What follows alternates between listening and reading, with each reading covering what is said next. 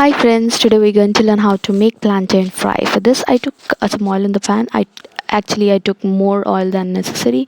You can put just little oil and you can fry these plantains. The plantains are thin sliced, but don't cut them very thin. They should be medium thin sliced because they should hold the shape of it after they are roasted.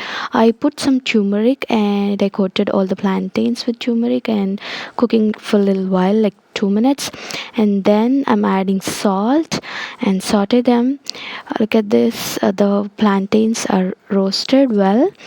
Yes, this at this time you can just switch off the flame and serve the plantain fry. It tastes really good with rasam and sambar as a side dish. Please try this recipe and let me know how it turned out for you. If you like this video, please subscribe to our channel and click the bell icon for notifications. Thank you.